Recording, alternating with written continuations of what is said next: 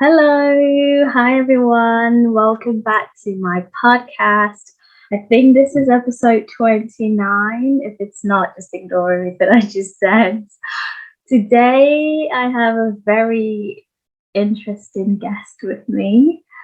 I would say she is a matchmaker, a love and relationship slash dating coach.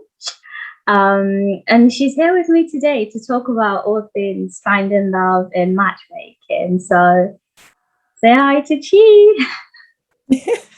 Hello, everyone. Thank you so much for having me. I'm excited Thank to you be so here. much. Thank you. Oh, I'm excited to have you. I have so many questions. So Nice. many questions.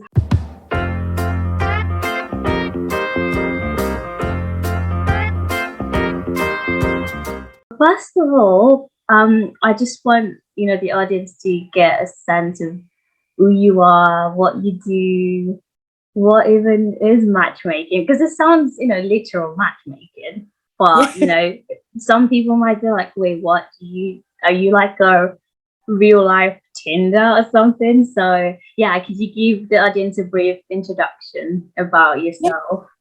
absolutely. So my name is Chiama Mayflay. I go by Chi Love. I am a certified matchmaker and dating specialist. I am Ooh. based out of Seattle, Washington. Yeah. But I do work with singles nationwide, so all over the US.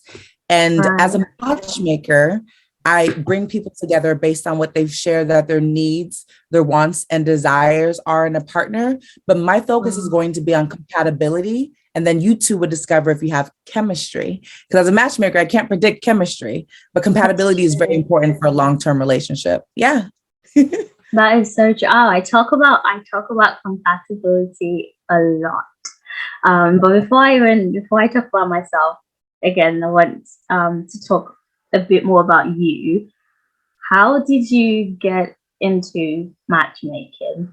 Have you Yeah. always wanted to do this, or is this something that just kind of came around for you? That's a good question too. So I know that in fifth grade, when I was in grade school, I loved Oh, doing the little notes in class and passing it to Johnny and letting Johnny know that Sarah liked him. And what do you think, Sarah? And I did that for everyone in the class. yeah. And I used to play this game called MASH, where you would write down MASH. A was apartment, S was shack, and H was house. And then Oh, you choose a number, and then it was this origami piece of paper. You just, whatever number you chose, you'd kind of like fold it back and forth. And then you chose mansion or apartment or shack or house. And you just yeah. go around and around. And at the end of it, you had your boyfriend or your husband, so to speak, and you had where Oh you'd be my. living, how many kids you have. Yeah, and I used to love doing that. And it carried out throughout middle school and then high school and then college. And I was giving dating Wow. advice and change lives, right? And these are just my colleagues and people that are in my classes. And I was like, huh, I'm pretty good at this. And Yeah, then make money off yeah, it. I'm giving you yeah, free advice. Why? yeah, I did a lot. I gave a lot of free advice. Wow. And then fast forward to Hitch, when Hitch came out, the movie. I don't remember what year that was. But I remember finding it very inspiring. And Will Smith played this dating coach, and he was Yeah. helping people get the person that they wanted. And I was like, Yeah. And that really inspired me to try. So I Yeah. did my research, and I was like, how to become a matchmaker. And I found the Matchmaking Institute. So I went and got certified through them. It was very Wow. thorough. It was a very long process. I'd say it took me about 6 to 8 months, almost a year until I got Wow. certified. Yeah. And it took me about 6 months to save up for it. Like it was a long Is it process, but expensive? it's definitely not cheap. Wow. It's definitely not cheap, Wow. but I thought it was well worth it. I think Yeah, that anyone, if you have a passion about anything in life, just go for it. We're only on this earth that's for true. a very limited time, you know? Yeah. So yeah, I went to the Matchmaking Institute, got certified, and then my story began. Well, so I think I read that you got certified in 2020. Yep, February 12th, 2020. Mm-hmm. Right. So how has it been for you since then? Have you found it just as rewarding and enjoyable as you thought it would be, or less or more? You know, I'm going to answer this question truthfully. It is the most challenging thing I've Wow. ever done in my life, but it's also the most rewarding thing I've ever done in my life. And I wake up ready to start the day. I literally wake up every day on the hunt and search for someone's next husband or someone's next wife. And I couldn't imagine myself doing anything else. Yeah. Now, what I will say is in 2020, I was very open. I was too open because I was so excited, right? February 12th, February in the US is known as Black History Month. Yeah. It's also the month of love because, Valentine's Day. So I was so excited, like so excited, so excited. And then literally right after making my announcement to the entire world, COVID happened, like literally less than 2 weeks. And I was just in utter shock and disbelief. And I remember sitting there and just feeling stuck. Oh, so did you used to have a face-to-face meeting then with your clients prior to COVID? No, I never had a face-to-face meeting. It was always over the phone during video chat. Always. Yeah. Right. But what changed is that I was trying to bring people together when everyone, especially the news and media, was telling us to stay apart. Yeah. Right. Oh, no. That was challenging. So literally I spent a year and 6 months planning, well, actually closer to 2 years, if you think about it, because when I first decided I was going to do this was in 2018, but it didn't take me until 2020 to actually execute it. So everything that I had planned on doing, I had to change completely because I was being forced to because of the pandemic. So it's been very challenging, but very rewarding. And I couldn't have it any other way. I've learned so much, so very much. Wow. Very interesting. I think, I don't know, matchmaking isn't something that I think I would sit down and think about how to get like a certification on. Like I didn't even know that was a thing. I know about, psychologists or therapists, right? They help with like regular life stuff and then dating stuff. But I wouldn't think to have a dating coach. I don't think that's something that is, like popular. It's not something that you hear every day. And I've prepared some questions for you before I ramble on and on and on. I actually have a structure. So you said that one of your specialties in your website, you said that one of your specialties is recognizing dating patterns. So how does that work when you're with your clients? And do you find that they're open about their dating history, or they're quite, maybe trying to keep some information back? Have you found that your clients are embarrassed sometimes of, how their dating history has been? Yes and no. Right. So I'll be very, very completely transparent. What I will say is people talk to me. And when I say they talk to me, they pour their hearts into me. And it makes me feel really good. I don't know what it is about me. I thank God every day for this gift, but people get really deeply in depth with me when it comes to the consultation. First off, it's an hour and 15 minutes, just like this, right? And I'm asking you very in-depth questions about long time. But it goes by quickly. Everyone's like, oh, already we're done. I'm like, yeah, we're done. But there's so much I want to know about who this person is. And I want to see their face. I think that some people are just ashamed of the past because they feel stupid. And I'm only using the word that they've said, like, I feel stupid, or I stayed in this relationship too long. Or I didn't know my worth. And they've taken the time to heal. And now they want to make sure they do things right. So instead of focusing on whatever it was that was making them choose the wrong people, I introduced them to someone that I believe would be a great person for them, right? My goal is to always introduce them to someone that they'd want to say, I do to. That's my goal always, right? But I always tell people, you can never tell me enough. I've heard everything about every type of encourage them to open up. Just absolutely. Whatever comes to mind. Anything and everything that's on your heart and mind and your soul, share it with me. Because at the end of the day, you know what the goal is for me. So I don't want to match you willy-nilly. I want to match you based on what you share with me, because this is your authentic self. I want people like therapy. You know what? There is a fine line. There's a very fine line. I want people to have the opportunity to show me who they are so I can match them accordingly. If you don't show me yourself, your true self, your naked self, not literally, of course. Oh no, it's not going to turn out very well. Exactly. But you won't give me the opportunity to match you accordingly. Right. So I need to know who you are so I can give someone else the opportunity to fall in love with the With true you, you. your With real self. you. Yeah. Yes. Yeah. Interesting. Because I think, I don't know, I would assume people who've had, somewhat bad experiences, I don't know if they would feel, comfortable. I guess also because you're a woman, do you find that women probably open up more to you? And do you have male clients, or is it just women? Good question. Yeah, okay. Oh, I love your questions. I love your questions so much.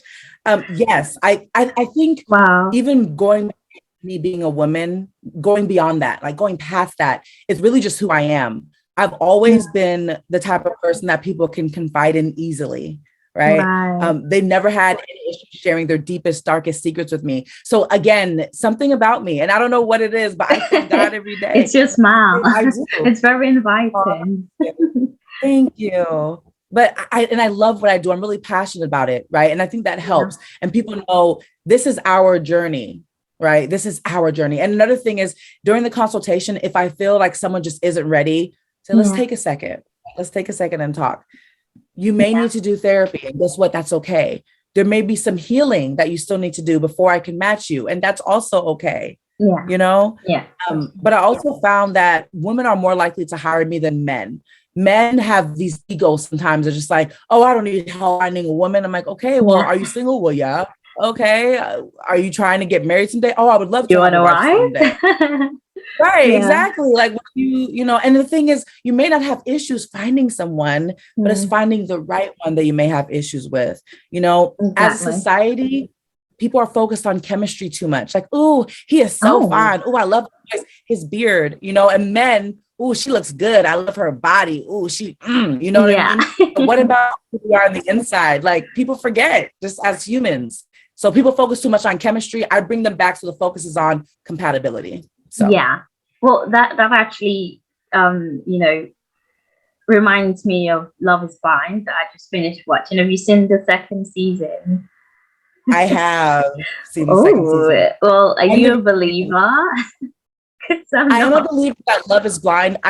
This is nothing against Love is Blind as a production and a Yeah. show, but I feel like the casting, I feel like there are certain people that just, I'm not sure. During a consultation, I would have said something is not Something's okay. off. Like Yeah.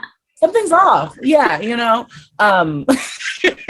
But to each their own. I feel Mm. like maybe this process for them will show them some things that they need to work on, some areas of improvement, Oh, yeah, definitely. but yeah, but I am a Yeah. fan of the show, big fan of the I'm a fan show. of the I did watch a show. few. Yeah. I'm just not a fan of Love Being Blind. I'm Really? just Okay. not So buying it. okay, well, talk to me about that. What do you mean that you're not a fan of it? I Like, think I think it's half the package when you choose someone to marry without seeing them, well, without any physical elements. It's maybe not half, it's one third of the full package.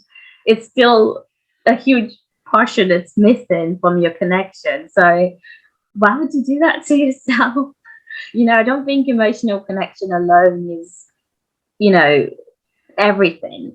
I think it's not enough to keep, a long relationship or a happy relationship. We see that a lot, contestants who go in, they fall in love, or so they say, they fall in love, and then they see the person, or they start fighting, and then they just, a lot of times, I think it's because they're not attracted to them. It's because they've kind of skipped the honeymoon phase a little bit, where all you see is the physical. First 2, 3, 4 weeks, it's all about physical attraction when you meet someone. I feel like they've skipped all of that and they went straight into the fighting stage.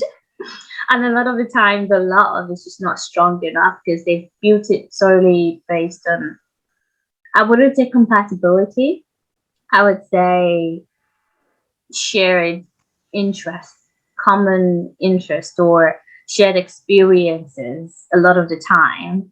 And I made a reference in one of my podcasts, which I've been told now I've said the wrong thing. I mentioned trauma bonding, but that's not the right word. It's just like they're just bonding on shared trauma, but it's not called trauma bonding. That's what I feel like the connection is in the pod. They share their insecurities. They share, how hard their lives have been, with their flaws or whatever. And because the other person accepts them fully for, all of their flaws, they think they're in love with that person, or they think that person loves them. That's not enough. You need a therapist. Yeah. That's not love to me. I do agree. They wouldn't need a therapist. I do think that love is blind, but not for Wow. everyone. Yeah, I do think love is blind, but not for everyone. Here's the thing. Being able to establish an emotional connection, you don't necessarily have to see someone. It's in their cadence, the way they respond to the things that you're sharing with them, the way they remember certain things. Like, you could just connect with someone, which is why some people fall in love with people that they never met. Like, a lot of men are able to scam a lot of women, on the internet that had never, yes, you know what I'm saying? So, oh my these goodness, people really fall in love. The Tinder swindler, that was a real thing, Yeah. Granted, he didn't see them, but that's a whole nother story. Yeah. All I'm saying is, like, it is possible to fall in love with someone with sight unseen. I get that, but not for everyone. There are some people that in their minds, the physical attraction is so important that their heart won't even allow itself to open up unless there's and I understand that. So there are certain matchmakers, though, that do believe in sight unseen, right? Like, they won't show you pictures of your match. I don't do that. I like to show my pictures. Because I want them to see this person, like, hey, this is a person I'm suggesting would be a great fit for you. What do you think about them physically? Because I already know you two are compatible from what you shared, they've shared, but what do you think about them physically? But there are a lot of matchmakers that don't do that. They just don't want you. They want you to trust them and their judgment. And I get that. I just don't do it that way. Yeah. I agree. There are some people that don't really care as much how they look. It's like, what can you provide for me? There are some people that are that way. That is very true. They care about how much money, the partner makes, probably more than how much they care about their looks. So yeah, that's true. That's very true. Yeah. So another question I have for you, being a love coach, a dating coach, a matchmaker, do you think that you can love someone without fully loving yourself? Do you think you have to know yourself, like, thoroughly and love yourself, like they say, before you can love someone else? Or do you think that's just a catchphrase people like to use online? So, okay, I do hear this a lot, and I think it's very important to love yourself. I encourage everyone to love yourself, but do you have to fully love yourself before you love someone else? No, there's people that don't really love themselves, but they love their parents, they love their children, but they're still working on themselves. Right? Exactly. So, but it's something everyone says you have to love yourself before you can love. No, you don't. But it's better. I highly advise you love yourself, but I don't truly believe that you have to fully love yourself before you can love someone else. I'm really, really happy that I happen to be very fond of myself. Yeah, exactly. It helps. It does help. It helps you choose the right person, I think. It gives you a better chance of choosing the right person if you love yourself, because you're not just loving them based on the fact that they love you. But I also think that someone can teach you how to love yourself or show you how to love yourself. I think someone can love you so much that it's almost stupid not to love yourself. I think when, someone shows you so much love, sometimes you start feeling deserving of it. So I think that, you don't have to be like, oh, I have to be completely whole and, love myself fully and do all this therapy before I find someone. Like when people say they're taking a break from dating. I mean, you can take a break from being in a relationship, but taking a break from dating, I don't know if that's a true, I don't know, I think it's just a trendy thing to say and do. I'm taking time for myself, unless you've just come out of a serious relationship. I think, that's the time to take your time to heal or whatever. But say you're just dating casually or whatever, or it's not worked out for whatever reason with the people you did, and then you say, I'm going to take time to find myself and to really love myself. I think it's just one of those catchphrases people like to use. Or you can't love you know, if you don't love yourself, how the hell are you gonna love somebody else or something like that? I think you Yeah, can. I I think you love her. can. Yeah. RuPaul. I love Yeah. RuPaul, but I love I don't RuPaul. fully agree with that quote. I don't fully agree with that quote. But yes, Yeah. but yeah, I hear it all the time. So Yeah. here's the thing: long-term relationships, some people do need a break. It is necessary, yeah, but Mm. not everybody operates that way. That's the thing. As a society, we like to clump everybody into one group, like, oh, One you need to do this. category Yeah, everyone does that. It's like rules a it is, yeah, but really there are no rules. There really mm. aren't. I always advise people to do whatever makes you happy, and that's not going to look the same for everyone, for right? everybody. If you need to take time, then take your time. If you need time with your friends and you want to Yeah. date, then go out with your friends and date. You just have to be honest Exactly. about who it is that you are and what you need right now in this time of your life, and then also be Yeah. honest with other people. Just be honest with, because a mistake that some people Once make you're is not that they leading don't. people on. There you go. Yeah. Exactly. Just, Yeah. just be honest. Just keep it, because that way you give them a decision that they have a choice to make in terms of, okay, now that I know exactly what this individual is working with, do I want to Yeah. continue dating them, getting to know them, or do I want to pass? Right. This is a really interesting one. Soulmates. I think you used that word on your website, if I'm not wrong. Soulmates. Is that something you truly believe in? That there are soulmates for us? So I don't know if I used that word. I don't think I did. I don't think I did, but maybe. Okay. Honestly, I mean, okay, so I'll say this. Mm, I think that people just want to have someone that they can build with, someone they can trust and grow with, yeah. and someone they can have fun with.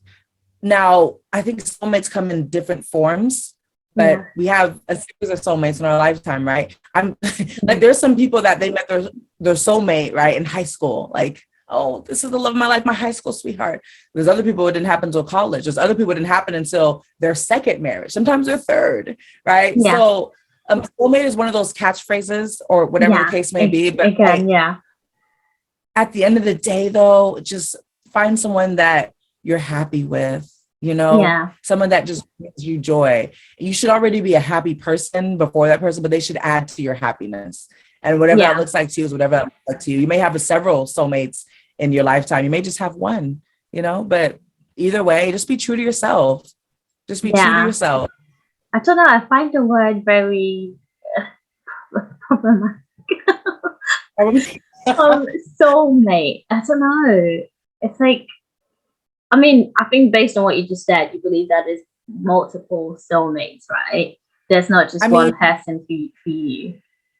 yeah, because there was a gentleman that I dated before that I thought was my soulmate, and then he broke my Yeah. heart.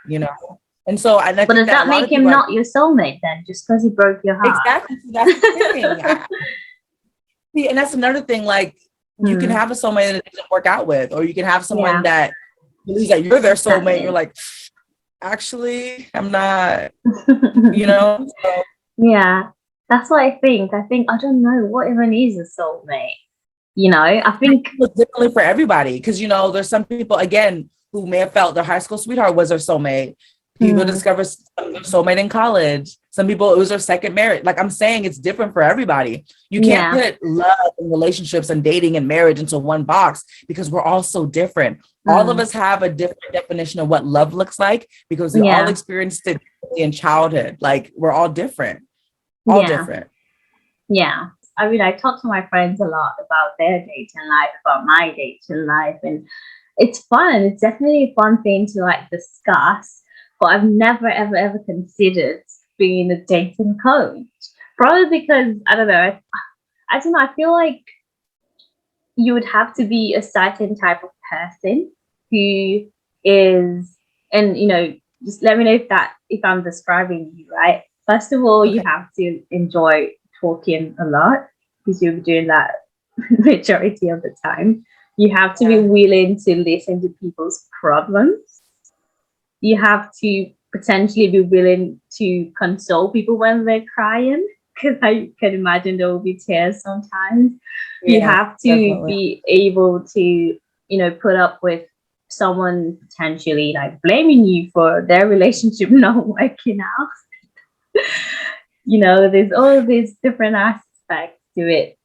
Because I think even with like therapists, right, people think they can like solve all of your problems. Oh, I'm going to go to therapy now and I'm fine. Or, my therapist told me to do this and that means that's the like only way or the right way. So if you come across like, I guess let me phrase it like this. What's like the most difficult, situation? Obviously confidentiality in place, but like as vague as you can be, what's the most difficult, like not difficult client, but difficult situation with a client that you've been in where you're like, whoa, wasn't prepared for this? Yeah. And that's the same across the board. It's always unrealistic expectations. Okay. Unrealistic expectations.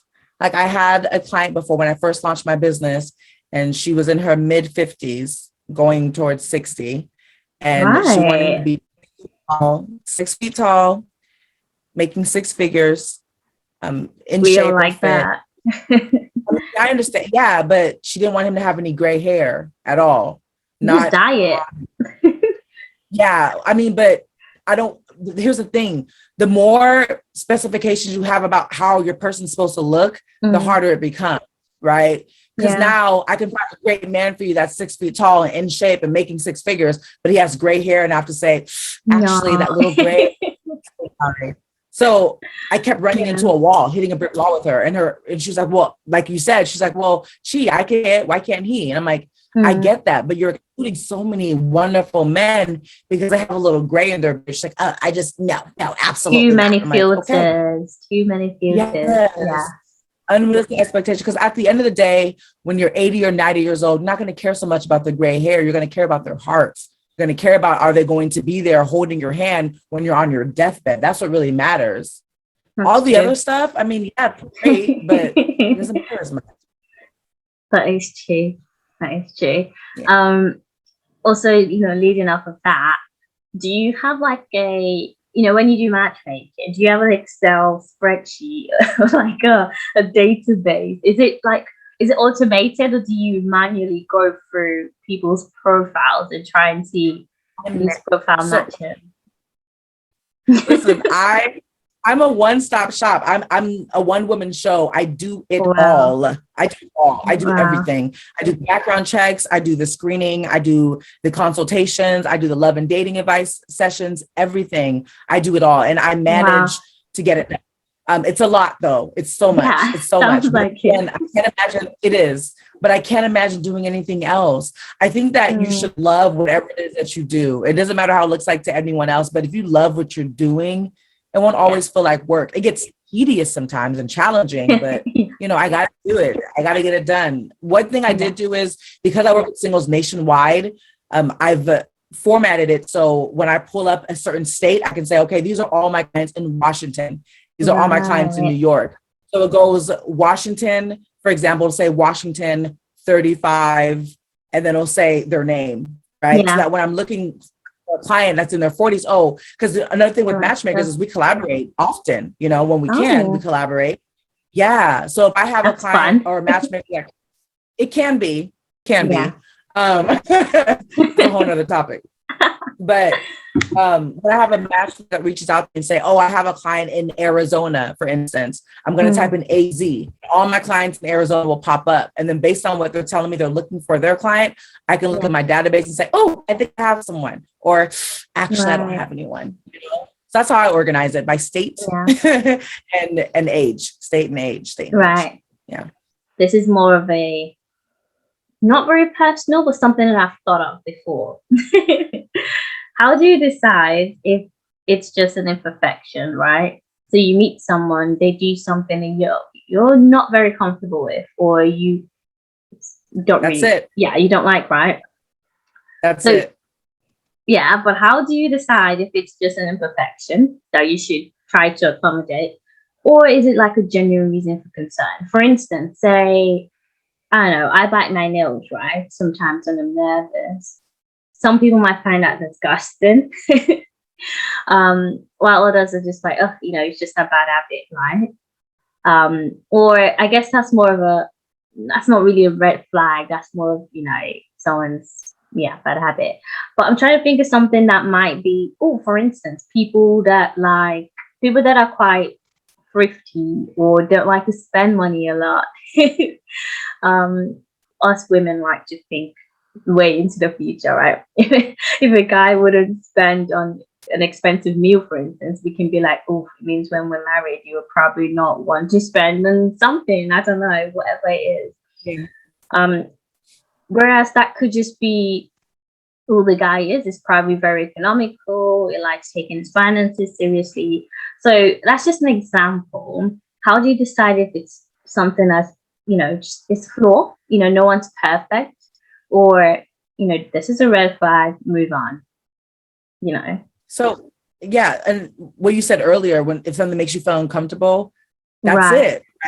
If this person Uncomfortable. as they are, because if this person, you have to ask yourself, if this person as they are were not to make any changes at all, can I see myself building and being happy with them? If it is no, Right. you got to let it go. Now, there are some things that are just bad habits, like, okay, like cigarette smoking. That's a major deal for a lot of my clients, like absolutely not, right? For me as well, If there's definitely. exactly. But if they're willing to quit, and they're taking strides towards quitting, like maybe when they met you, they're smoking a pack a day and you're like, okay. And now they're down to like one a day. They're making strides towards quitting completely. That's a great thing. But there are some people like this is just who they are, so That's address true. them first, like, address them. Like, this bothers me, makes me uncomfortable. I don't like this. Is that something you can see yourself changing? If they're just like, no, this is who I am. You have to decide, okay, I can deal with this, or that's not going to work for me, and there's some people that adamantly just no, absolutely not, right? Absolutely not. It's okay. Stay true to who you are and what you need, period. That's true. I think that the deal breakers are much clearer, like for me, smoking, or I guess this is more this one's a bit, just stupid, but I've heard it all. sometimes the way someone walks. Yeah. The way someone walks can be a deal breaker for me. But I guess deal breakers are more easy for me to discern. I say, oh no, this is not my person. But I think with red flags, for instance, I tend to give people like chances. Oh, maybe, this is just a one-off, or, it's not that big of a deal. And then later on, you're like, oh, I can't take this anymore. Yeah. Exactly. Again, ask yourself, if they were not to change anything, address it. Please address it. Because a lot of people just sit in silence and they end up resenting that person, like, oh, I hate the way you do that. But you never told me it was an issue, right? So talk about it. And if nothing is changing, then you need to leave. It's very simple. But people stay because, well, it's already been so long with them, or I think they're my love. Yeah, but if they're really the person, like, are you able to love them for all of them? There might be stuff you don't like, but you got to be able to love your partner for all that they are, or leave them alone. Like, I actually think there's a difference between loving someone and liking someone. I think sometimes you can be in love with someone, but you don't even like them anymore because you just put up with so much of their, red flags, or there's so much you don't like about them, but you stayed till you fell in love with them, and now you still don't like those things about them, so you're stuck being in love with someone you don't like. I think that's very possible, and it's definitely something that that I have experienced. But before I ramble on, this is my last question for you to wrap this up. What would you say is like the number one reason, right, why someone should choose matchmaking over, say, a dating app, for instance? Yeah, so there's more of a hands-on approach, right? You have someone that's literally in your corner. The benefit of dating apps is for people that like variety. You can just swipe all day long. Well, depending on what area you're in. If you're in like somewhere like Alaska or or really small town, you're not going to be able to swipe that much until you have to like leave the area. But me, I coined myself as not your average matchmaker, because I'm not. Like, I truly, truly love what I do. And it is our journey. I want you to be happy, whether that's within or with someone else. And I truly, truly care, right? It's not just about doing it, like just to do it. I'm invested in it. I'm passionate about it. I'm not just going to introduce you to someone just to say, oh, Just to to see tick it how off. it goes. Like, right. No, Yeah. I truly want to be someone that you can see yourself saying I do too. I truly want you to end up walking down the aisle and let people know that I introduced you. It is our journey. I mean, that's different. Yeah. You don't get the same experience from a dating app. You just put in your credit card information. You get to see the people that have liked you or whatever the case may be. But you don't know who this person is, really. There's not all dating apps offer background checks. It's something that I do, which is extra work for me. But it gives my clients peace of mind. And you have someone that you could talk to afterwards. Like, how did this go? How was this experience for you? You know? And also people aren't always honest about how many children they have on dating apps. Sometimes you don't even know if they have children, you know, the allergies that they have. There's just so much that goes into it that you don't know. I would never think of allergies. It's something I ask. Yeah, like about health issues or anything, mental health issues. Yeah. I talk about mental health in my consultations, you know. If someone's coming to me and they're hiding the fact that they're schizophrenic, I'm not knocking anyone that has a mental health issues, but that's important for me to know as your matchmaker if you have a type of mental health issue, because there are some people that can safely date someone that has mental health issues because maybe they have something that they're suffering from, or maybe they're in therapy. And there's other people that they know they can't handle it. So you're going to get that from a dating app, you know? That's true. That's true. Yeah. And I think, you know, that just, you know, put thought in my head. I think two good people can be bad for each other. So, you know, I think sometimes different people bring out like different parts of you.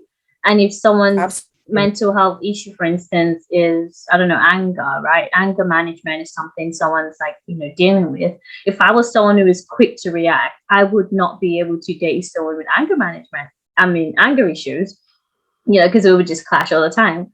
So that's actually a really good point. That's actually a really good point. Displaying, you know, your mental health history and all of that. So based on what you said, in summary, people should choose matchmaking over other services like dating apps. One, for, you know, the better security that you give to them, you know, with the background checks. Two, you mentioned the hands-on, you know, experience they would get, you know, having someone actually go in there and pick someone or a few people for you that, you know, it's like there's a human touch to it, I guess. You know, someone's actually taking time to look through your profiles. It's not just some algorithm, some robotic thing behind it. Also, three, you mentioned that they have someone to talk to, which I think is very important. You know, for instance, if you, I don't know how it works with you, but say you picked someone for me, would I have the opportunity to discuss that person with you and say, why did you pick this person? How does it work? Is that something that happens? I would already tell you, like, this is what, so XYZ is the reasons why I chose this person for you. And I think you two would be a good fit. Here's one picture of them dressed casually. Here's another picture of them dressed up. Because people want to get a sense of who can I be with this person? Can I take this person to a dinner date? You know, how is it going to be on a Sunday night to sit down on the couch and watch a movie with this person? So I try to give them a variety of looks, like just a couple pictures, you know, sometimes three, depending on the person, and just see how they feel. Wow. So before we wrap this up, do you have any last minute, you know, sentence or just something you would like to conclude with? Or would you like the audience to know about you, about matchmaking, or about finding love? Yeah, so it is important, ladies and gentlemen, to let go of what is no longer serving you, okay? Whatever your ex said about you in the past, even whatever your parents, oh, well, my parents' marriage didn't last, so I don't think stop it. Those are all negative beliefs, you know, that are negative and limiting beliefs that you've put in your head based on what you've been through. Leave that alone. Let it go. You will never be able to have the love that you deserve if you keep holding on to a love that no longer serves you, or people that no longer serves you, or remembering what people said to you. Words are very painful, and I'm so sorry if you dealt with something that really hurt you, but you got to let it go. You got to do it for you, because you deserve better and you deserve happiness. So do not let the past, the painful past that you had, deter you from having a beautiful future. Right? Just you have to believe that you are worthy and that you are enough, because you are worthy, because you are enough, and because you deserve all the love that this world has to offer, especially because you woke up, right? Yeah. So that's what I'll say. Yes, that's amazing. That's such a beautiful way to end this. Yeah, I think we've all been guilty of it at some point in our lives. Just you meet someone new, where you still keep remembering what that person in the past has done to you, and you're. I mean, it's good to be cautious, but like you say, don't just put it on your head and go into a new relationship with old baggage. Right. Yeah. Yeah, yeah. And lastly, could you tell people where to find you? What's your Instagram, Facebook, Twitter, all of that? Yeah. Okay. So if they want to find me on Facebook, they can go to my page, my business page, NYA. That's N as in Nancy, Y as in Yankee, A as in Apple, Love and Dating Services. So that is my business name. If you want to follow me on Instagram, I'd love that. It's N as in Nancy, Y as in Yankee, A as in Apple, NYA, Love by Chi. And by is BY, not BI. So NYA Love by Chi. It's the same on TikTok as well as Twitter. So NYA Love by Chi across all channels, Instagram, TikTok, and Twitter. Yeah. Okay. Okay. It's gonna be my in website the description. Oh, okay. yeah. It's gonna be in the description of this podcast anyway. Okay. Some people might be listening on Spotify, Apple. Some people might watch on YouTube. But either way, I'm going to make sure it's in the description of the bios and all of that. So don't worry about that. You can click on it and find her if you want to check her out. Thank you so much, Chi, for joining me. I've really enjoyed this. This has been very interesting. I've never met a matchmaker before. So now you know one. Now you know. I know one. It's really. I think it sounds really cool. It sounds really cool. And thank you so much. Thanks for joining me. Thank you. Bye.